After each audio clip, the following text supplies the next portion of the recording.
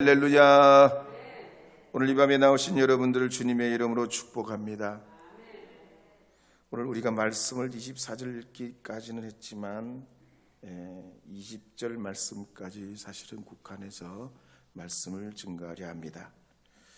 이제 오늘부터 사실상 고난주간이 시작되죠. 요일별로 보면 주일날에는 예수님께서 나귀를 타시고 예루살렘으로 입성하셨습니다. 월요일에는 열매 없는 무화과 나무를 저주하시고 과부의 헌금을 칭찬하시고 예루살렘 멸망에 대해서 예고하셨습니다. 그리고 화요일에는 악한 농부의 비유와 혼인잔치집의 비유를 말씀하시고 또 수요일에는 베다니에 가셔서 기도하시고 목요일은 마가의 다락방에서 최후의 만찬을 나누시고 금요일은 겟세마네 동산에서 기도하신 후에 잡히시어 안나스와 가야바의 뜰에서 신문받으시고 빌라도와 헤로데에게 신문받고 십자가에 돌아가시게 됩니다. 토요일은 파수꾼들이 무덤을 굳게 지키고 주일 새벽에는 예수님 부활하셔서 실망한 엠마오 제자들과 동행하시고 의심 많은 도마와 다른 제자들에게 나타내 보이셨습니다. 앞으로 기회가 된다면 이 고난주간에 세족식이나 성금요일 기도회가 있습니다. 참 은혜스럽기도 합니다. 어쨌든 이 고난주간 동안 주님의 은혜와 십자가의 자비가 여러분에게 함께하기를 빕니다. 우리 복음성가 살아계신 주, 살아계신 주 그리고 형제여 우리 모두 다 함께 이어서 불러보겠습니다. 살아계신 주 나의 참된 소망 걱정 근심 전혀 없네 사랑의 주내 갈 길이 농하니 내 모든 삶의 기쁨 늘 충만하네 형제여 우리 모두 다 함께 형제여 우리 모두 다 함께 주님을 높이 부르세 자매여 우리 모두 다 함께 주님께 사랑 드리세 주님은 우리 모일 때 늘 임하시는 주 맘과 뜻하에 주를 높이세 주님은 기뻐하시네 오 주님을 찬양 주님을 찬양 우리 주님을 찬양해 주님을 찬양 주님을 찬양 우리 주님을 찬양해 형제여 우리 모두 다 함께 형제여 우리 모두 다 함께 주님을 높이 부르세 자매여 우리 모두 다 함께 주님께 사랑 드리세 주님은 우리 모일 때 늘 임하시는 주 맘과 뜻하에 주를 높이세 주님은 기뻐하시네 오 주님을 찬양 주님을 찬양 우리 주님을 찬양해 주님을 찬양 주님을 찬양 우리 주님을 찬양해 에베소서 6장 10절 11절 말씀 함께 읽어보도록 하겠습니다. 끝으로 너희가 주 안에서와 그 힘의 능력으로 강건하여지고 마귀의 관계를 능히 대적하기 위하여 하나님의 전신갑주를 입으라. 세월이 참 빨리 갑니다. 올해도 벌써 4월 중순으로 접어들고 있지요. 어제 원로 목사님 또 장로님들과 함께 청남대에 갔는데 더리스 식당의 식사도 참 대접을 잘 받고 우리 장로님 덕분에 참 많은 사람들, 꼭 구경 온 사람들 봤는데요. 저는 꼭 그런 데 가면 누가 생각나요? 누가 생각나갔어요? 예? 우리 집 사람하고 같이 갔어요. 옛날 레인요? 아니요. 거기 가면 꼭 우리 교인들이 생각나. 그래가지고 가만히 생각하면 이거 영락 없이 목사 안 하고는 못하고 생겼네. 하여튼 어딜 가면 좋은 데 가면 맛있는 거 먹어도 그렇고 좋은 데 구경해도 그렇고 야, 다음번에 우리 교인들 꼭 한번 여기 데려와야 되겠다. 예? 그런 생각이 막 들어요. 야, 누구도 왔으면 좋을 텐데 누구도 왔으면 좋을 텐데 막 그런 생각이 들어요. 여러분 건강하시길 바랍니다. 더 강건하시기를 바랍니다. 에베소서 6장 11절, 12절, 13절 말씀에 보면 이런 말씀이 있습니다. 한 번 더 읽어보도록 하겠습니다. 11절, 12절, 13절입니다. 마귀의 관계를 능히 대적하기 위하여 하나님의 전신갑주를 입으라. 우리의 씨름은 혈과 육을 상대하는 것이 아니요 통치자들과 권세들과 이 어둠의 세상 주관자들과 세상 하늘에 있는 악의 영들을 상대함이라. 그러므로 하나님의 전신갑주를 취하라. 이는 악한 날에 너희가 능히 대적하고 모든 일을 행한 후에 서기 위함이라. 아멘. 영화나 연극이나 드라마를 보면 리허설이 있습니다. 연습이 있지요. 감독이 사인하면 배우들이 움직이고 프레임을 만들어갑니다. 그런데 우리 삶에는 연습이 없어요. 시나리오도 없고 녹화도 안 되고 편집도 안 되고 되돌아갈 수도 없어요. 다만 앞으로만 가야 돼요. 그래서 일찍이 영국의 역사학자인 아놀드 토인비는 말하기를 모든 문명에는 도전과 응전의 법칙이 있는데 탄생하고 성장하는 것이 일막이라고 한다면 성장이 멈추고 이제 점점 쇠퇴해가는 것이 이막이다 그랬어요. 성장, 모든 문명은 성장의 때가 있는데 어느 정점에 이르면 사그라지고 쇠퇴해 나간다는 거예요. 오늘 우리 한국교회와 우리 금암제일교회는 일막의 성장으로 열매 맺는 교회들이 되기를 원합니다. 그러자면 어떻게 되냐? 오늘 이 11절 말씀에 보면 하나님의 전신갑주를 입어야 돼요. 그리고 13절 말씀에 보면 다시 하나님의 전신갑주를 취하라 그랬습니다. 입는 것과 취하는 것이 사실 비슷한 것 같습니다.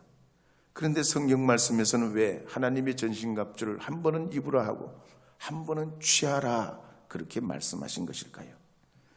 전신갑주란 말은 우리말로 풀면 완전무장이에요. 군인이 완전무장하잖아요. 전투에 나가기 전에. 완전무장을 말합니다. 그러면 뭘 입고 뭘 취하라는 거예요. 먼저 입는다는 말은요. 앤디 사르테라는 말인데 이건 자기 몸에 딱 맞게 입으려는 거예요. 내 몸에 딱 맞게 말이죠. 그래서 다윗이 골리앗을 물칠 때 사울의 갑옷을 안 입잖아요. 아니 그걸 입고 갔다는 어기적거리고 이게 전투가 되겠어요? 오히려 그 때문에 방해물이 돼가지고 패배의 원인이 되는 거지요. 다윗이 어떡합니까? 자기가 늘 하던 대로 물맷돌을 챙겨가지고 나갑니다. 자기에게 꼭 맞는 거, 내 몸에 맞는 거, 내가 잘할 수 있는 것 가지고 나갈 때 무기도 되고 방패도 되고 창과 칼도 되고 투구도 되는 거죠. 그러기 위해서 군인들이 말이죠, 정기적으로 교육과 훈련을 반복합니다. 우리도 영적으로 녹슬지 않고 우리 신앙이 멈추지 않기 위해서는 하나님의 은혜로 주님의 말씀으로 성령 기름 부음 받아서 이 추동력 말이죠. 굴러가는 힘, 차가 섰다가 출발할 때는 에너지가 더 많이 듭니다. 기름이 더 많이 들어요. 근데 그 계속 굴러가는 상태에서는 조금의 힘만 돼도 더 멀리, 더 빨리 갈 수 있는 거죠. 훨씬 에너지가 덜 들어요. 은혜도 그래요.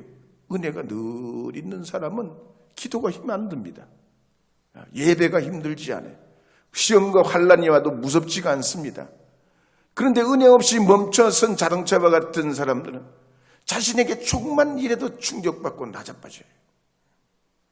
그래서 우리는 하나님의 선한 군사로서 전신갑주를 입으려는 겁니다.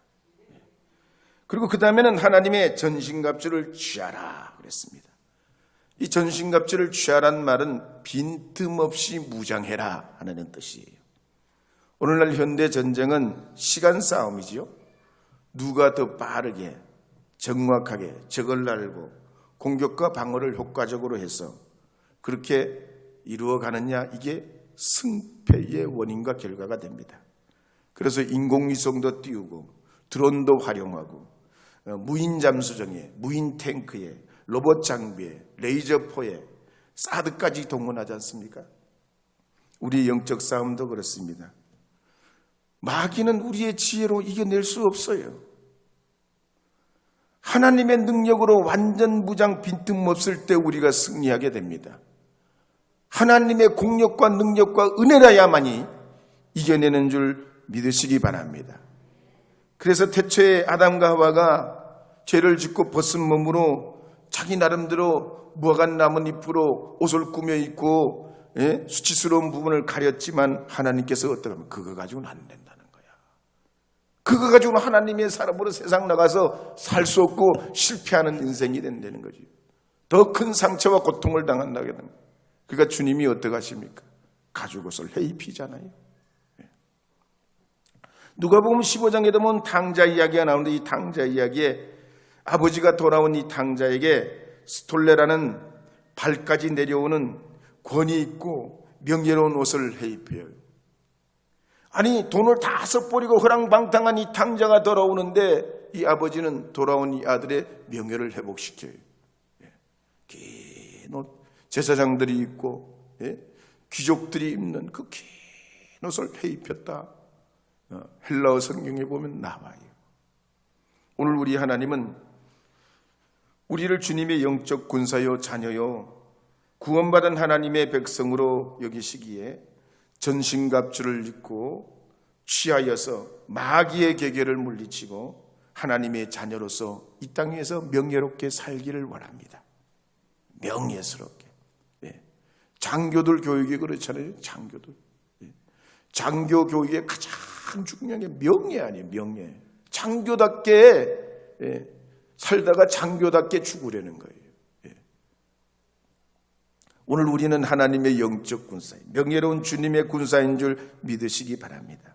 그런데 로마서 7장 24절에 보면 바울이 이렇게 고백하는 장면이 있어요. 우리 함께 읽어보시도록 하겠습니다. 로마서 7장 24절 함께 읽겠습니다. 오라 나는 공고한 사람이로다. 이 사망의 몸에서 누가 나를 건져내랴. 우리에게는요 죄성과 욕심과 우리의 자아가 끊임없이 우리 안에 갈등하고 또 때로는 우리가 우리 자신도 모르게 우리의 연약함을 의지하면 이렇게 바울의 고백처럼 자기는 공고한 자고 사망의 일을 연약한 인생이라는 사실밖에 그 끝이 그 결과가 그 마지막이 그렇다는 사실을 알게 됩니다. 그러기에 10절 말씀에 보면 우리는 주님 안에서 강건한 힘을 얻어야 되고 마귀의 관계를 대적하기 위해서는 하나님의 전신갑주를 입고 취해야 한다 그랬습니다. 오늘 이 밤에 나오신 여러분들은 주님의 전신갑주를 입으시기 바랍니다. 취하시기 바랍니다.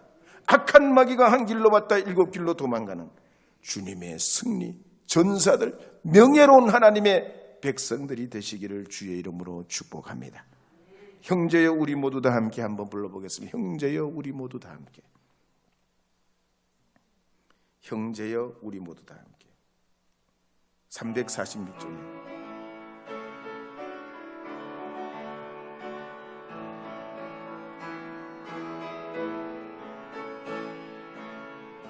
형제여 우리 모두 다 함께 주님을 높이 부르세. 자매여 우리 모두 다 함께 주님께 사랑 드리세. 주님은 오래 모일 때 널리 마시는 저 맘과 뜻하에 주를 높이세. 주님은 기뻐하시네. 주님을 찬양, 주님을 찬양, 우리 주님을 찬양해. 주님을 찬양, 주님을 찬양, 우리 주님을 찬양해. 주님을 찬양, 주님을 찬양, 주님을 찬양, 우리 주님을 찬양해. 주님을 찬양, 주님을 찬양, 우리 주님을 찬양해. 구약 성경에 보면 모세시대 이스라엘 자손들은 애굽에서 노예로 살았지요. 애굽 사람들의 입장, 강자의 입장에서 볼 땐 이스라엘 자손들은 진짜 먼지같이 미미한 참으로 볼품없는 존재요, 밥만 축내는 밥벌레 같은 인생입니다. 그러나 하나님은 이스라엘 자손들을 그렇게 보시지 않지요. 그들을 소중히 여기시고 눌려있던 억압받던 그들을 일으키시어서 노예의 삶에서 흔들어 깨우시고 광야로 불러내가지고 가나안 땅의 주인이 되게 하셔요. 그러기 위해서는 홍해도 길을 내시고 광야에서는 쓴물이 단물 되게 하시고 반석에서 샘을 허락하시고 하늘에서는 만나와 메추라기를 주시면서 이스라엘 백성들이 노예가 아니라 하나님의 택한 주님의 자녀이란 명예로운 주님의 자녀의 길을 걷게 하시는 것을 볼 수가 있습니다. 우리의 인생이 그렇죠. 살아가는 길에 답도 없고 힌트도 없고 문제 앞에 실마리를 못 찾아서 절망할 때가 있습니다. 그러나 출애굽기 14장 4절 말씀에 보면 이렇게 기록하는 말씀이 있습니다. 함께 읽어보겠습니다. 내가 바로의 마음을 완악하게 한즉 바로가 그들의 뒤를 따르리니 내가 그와 그의 온 군대로 말미암아 영광을 얻어 애굽 사람들이 나를 여호와인 줄 알게 하리라. 시편 3편 7절 8절도 읽어보겠습니다. 여호와여 일어나소서, 나의 하나님이여 나를 구원하소서. 주께서 나의 모든 원수의 뺨을 치시며 악인의 일을 꺾으셨나이다. 구원은 여호와께 있사오니 주의 복을 주의 백성에게 내리소서. 할렐루야, 할렐루야. 하나님이 이렇게 연약한 인생들을 일깨우셔가지고 모세에게 이스라엘 백성들에게 명령하게 하고 지팡이를 들게 하고 바다 위에 손을 내밀게 하고 그 바다가 갈라져서 마른 땅이 되게 하셔서 하나님이 약속하신 가나안 복지에 이르게 합니다. 오늘 우리가 하나님의 자녀로 주님의 전신갑주를 입고 살려면 과연 어떻게 해야 됩니까? 먼저 자신감을 회복해야 됩니다. 탱크는 요번에 우크라이나 전에 보니까 미사일 앞에 꼼짝을 못하더라고요. 땅에서만 대단하지. 오늘 우리가 살아가는 우리 자신에게도 우리 자존감을 무너뜨린 폭탄이 있습니다. 열등감이요. 비교하는 거예요.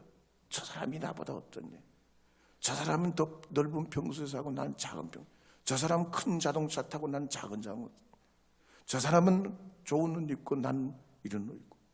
이렇게 비교하면서 자기 자존감이 무너집니다. 어떤 의사가, 성형외과 의사가 수술을 여러 번 했는데 똑같은 사람이 수술 계속해서 여러 번 하더라는 거예요. 그래서 가만히 알고 그 환자하고 대화해봤더니 무지무지한 열등감에 사로잡혀 있다는 거야. 자기 얼굴에 만족이 안 돼. 고쳐도 또 뜯어 고쳐야 돼. 그래도 또 만족이 안 돼. 성경에 보면 이런 지독한 열등감에 사로잡혔던 사람이 있죠. 사울 왕입니다. 사울 왕은 궁궐도 있고 신하도 있었고 권력도 있었고 나라도 있었고 다 있는데 열등감에 빠지는 거예요. 참. 그래가지고 깨진 항아리 같은 인생을 살고 말이죠. 참으로 결과도 비참하게 끝납니다. 그래서 데살로니가전서 5장 6절, 7절, 8절 말씀에 보면 이렇게 기록하는 말씀이 있습니다. 함께 읽겠습니다. 그러므로 우리는 다른 이들과 같이 자지 말고 오직 깨어 정신을 차릴지라. 자는 자들은 밤에 자고 취하는 자들은 밤에 취하되 우리는 낮에 속하였으니 정신을 차리고 믿음과 사랑에 호신경을 붙이고 구원의 소망에 투구를 쓰자. 할렐루야. 깨어 있어야 된다는 거예요. 깨어 기도해야 된다는 겁니다. 성경에 나오지만 하나님 앞에 6가지 모든 완전 무장을 하고 어떡하냐. 그 다음에는 깨어 기도해야 된다는 거예요. 군인들도 그렇잖아요. 모든 무기가 있으면 뭐예요? 정신적으로 이미 치고 들어가면 그 싸움은 싸우나 마나요. 하나님이 우리와 함께 하심을 믿고 주님의 그 거룩하신 입을 믿고 하나님이 나를 창조하심을 믿고 세상에 내가 하나님 앞에 주의 뜻으로 이 땅에 온 줄로 믿고 자신감을 가지고 나가야 된다는 얘기예요. 오늘날도 수많은 사람들이 인생 열등감에 빠져서 쇼핑 중독에, 일 중독에, 알코올 중독에, 섹스 중독에, 게임 중독에, 도박 중독에, 화투에 빠지는 사람들이 많다는 얘기예요. 그러나 이 밤에 나오신 여러분들을 구주이신 예수님 의지하시고 우리의 생명 되시고 대장 되신 주님 의지하셔서 우리에게 후히 주시고 더 풍성이 넘치도록 허락하신 주님 통하여 여러분의 인생의 삶이 전개될 줄 믿으시고 그 믿음 위에 서서 하나님 앞에 살아가시기를 주의 이름으로 축복합니다. 축복합니다. 형제여 우리 모두 한 번 더 불러보세요. 형제여 우리 모두 함께.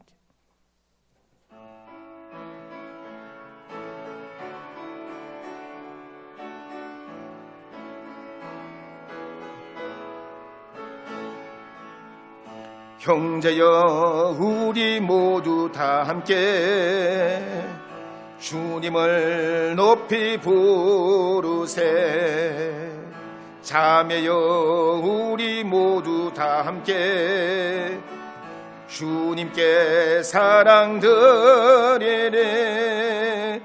주님은 우리 모일 때 널리 마시는 맘 같으다에 주를 높이세. 주님은 기뻐하시네. 오 주님을 찬양, 주님을 찬양, 우리 주님을 찬양해. 주님을 찬양, 주님을 찬양, 우리 주님을 찬양해. 우리 자신감을 뒷받침하는 우리가 건강해야 되는데 자신감을 가지려면 건강이 무너지면 안 되는데 어떻게 우리 건강을 유지할 수 있을까요? 가장 큰 비결은 하나님이 붙들어 주셔야 되죠. 생사화복을 주관하시는 하나님이 우리를 붙들어 주셔야 돼요. 그리고 그 다음에는 의사들의 말을 따르면 건강 이 문제 대부분의 질병이 오는 원인은 70%가 스트레스라고 그러잖아요. 스트레스만큼 무서운 게 없다는 거예요. 이 스트레스가 쌓이면 건강한 사람도 넉다운이 되는 거예요. 그래서 가정에서 아내가 감정 때문에 스트레스를 못 풀고 쌓이면 좌절되고 가정의 평화가 깨집니다. 남편이 사회생활에서 말이죠, 스트레스를 풀지 못하고 쌓이면 이 또한 문제가 돼요. 그러면 이 스트레스를 풀려면 어떻게 해야 되냐? 두 가지를 사회학자들은 말해요. 첫째는 하하호호 히히거리고 잘 웃어야 된대요. 근데 웃을 일이 있어야지. 세상에 웃을 일이 있어야지. 그다음 두 번째는 어떡하냐?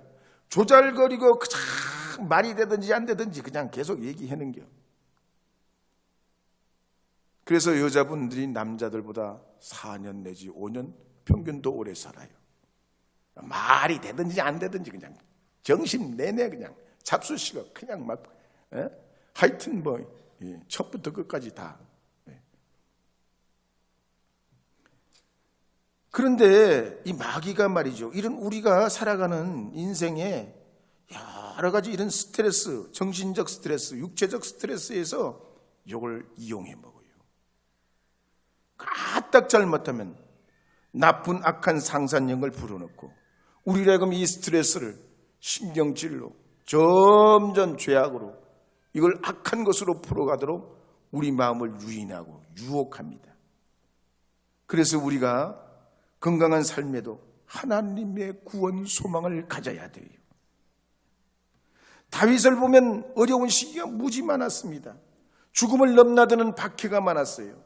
나라를 세울 때도 자녀들이 말이죠, 아이들이, 자식들이 배신하고 아버지를 죽이려고 합니다. 얼마나 비참하고 고통이 컸겠습니까? 아무에게도 이건 호소할 길이 없어. 세상에 믿을 사람이 단 한 사람도 없어요. 그런데 그때 다윗에게 출구가 있었습니다. 빠져나갈 길이 있어요. 시편 62편 1절에 보면 이렇게 기록합니다. 함께 읽어보겠습니다. 나의 영혼이 잠잠히 하나님만 바라며 나의 구원이 그에게서 나오는도다. 할렐루야. 주님이 우리의 구원입니다. 우리의 능력입니다. 우리의 힘이요 지혜인 줄 믿으시기 바랍니다. 사람의 뇌 속에는 140여 개 세포가 있고 무의식 중에 스쳐 지나가는 것까지도 이 무의식 잠재의식 속에 다 기억이 된다고 그래요. 우리는 건망증 때문에 조금 전에 있었던 것도 잊어버리지만 내 뇌는 스쳐 지나간 것도 다 기억하고 있대요. 그래서 정신과 의사들이 어떡합니까? 치료할 때 깊은 우리 잠재의식 속에 있는 것을 전부 되뇌이게 생각나게 해가지고 과거의 상처를 치료하는 테라피가 있어요. 근데 어쨌든 우리가 말이죠, 듣고 보고 우리도 모르게 경험하게 되고 나도 생각지도 못하는 게 내 귀에 들리고 내 눈에 보일 때 우리가 뭘 보고 뭘 듣고 뭘 알고 있었냐가 대단히 중요해요. TV에 광고 나오는 거 보면 광고에 여러 대기업에서 뭐가 좋다 저거가 좋다 그러지만 평상시에는 아무것도 기억 안 나잖아요. 근데 밥통 사러 가면 기억이 나네. 냉장고 사러 가면 어느 냉장고가 좋다는 게 그때 기억나네. 광고 본 게 그때 기억이 나가지고 자기도 모르게 그걸 선택해요. 이게 잠재의식의 위력이에요. 그러니까 수억을 주고도 광고를 그냥 때려 부어가지고 광고하는 거 아니겠어요? 그런데 성경에 보면 정말로 여러 번 우리에게 말씀해 주시는 주님의 말씀이 많은데 그 중에 여호와 하나님이 내게 임하여 말씀하시기를, 하나님이 나에게 말씀하시기를, 이 성경 구절이 3830번이 나와요. 그 성경은 우리가 다 기억도 못하고 읽으면 그냥 읽는 순간 다 잊어버리고 뭐가 뭔지 모르지만 이 말씀이 성령의 은혜로 우리를 이끌어 가실 때는 생각나게 한다는 거예요. 이것이 우리 믿음의 바탕이 된다는 거예요. 나도 모르게 진리의 걸어가게 하는 저력이 되게 한다는 거예요. 그래서 예수님께서도 40일 금식 기도한 후에 마귀를 물리칠 때 뭘로 물리치죠? 말씀으로 물리칩니다. 그래서 시편 19편 7절에서 10절 말씀해 보면 이렇게 기록하는 말씀도 있습니다. 함께 읽으시도록 하겠습니다. 여호와의 율법은 완전하여, 아버지 제가 읽겠습니다. 대표로 읽겠습니다. 여호와의 율법은 완전하여 영혼을 소생시키시며 여호와의 증거는 확실하여 우둔한 자를 지혜롭게 하며 여호와의 교훈은 정직하여 마음을 기쁘게 하고 여호와의 계명은 순결하여 눈을 밝게 하시도다. 여호와를 경외하는 도는 정결하여 영원까지 이르고 여호와의 법도 진실하여 다 의로우니 금곧 많은 성금보다 더 사모할 것이며 꿀과 송이꿀보다 더 달도다. 할렐루야.